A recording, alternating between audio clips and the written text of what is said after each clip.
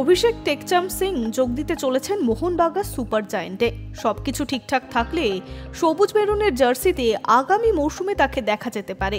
গত মৌসুমে পাঞ্জাব এফসির জার্সির গায়ে দারুণভাবে নজর কেড়েছিলেন মণিপুরের সাইড ব্যাক অভিষেক। আইএসএল এর দারুণ পারফরমেন্সের সুবাদে জাতীয় দলের দরজাও খুলেছিল তার সামনে। মৌসুমের শেষ হতেই বিভিন্ন আইএসএল এর দলের অফার ছিল তার কাছে।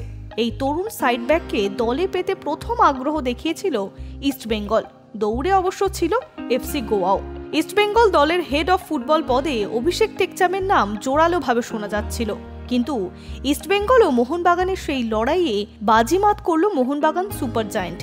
বলা ভালো, মাঠের ডার্বির মতোই মাঠের বাইরেও ডার্বিতে আধিপত্য দেখালো মোহনবাগান। ইস্টবেঙ্গল এবং গোয়াকে পিছনে ফেলে রেকর্ড অর্থ খরচ করে অভিষেককে দলে নেওয়ার পথে মোহনবাগান সুপার জায়েন্ট। 2022-23 মৌসুমে পাঞ্জাব এফসির হয়ে আই লিগে আত্মপ্রকাশ ঘটেছিল অভিষেকের।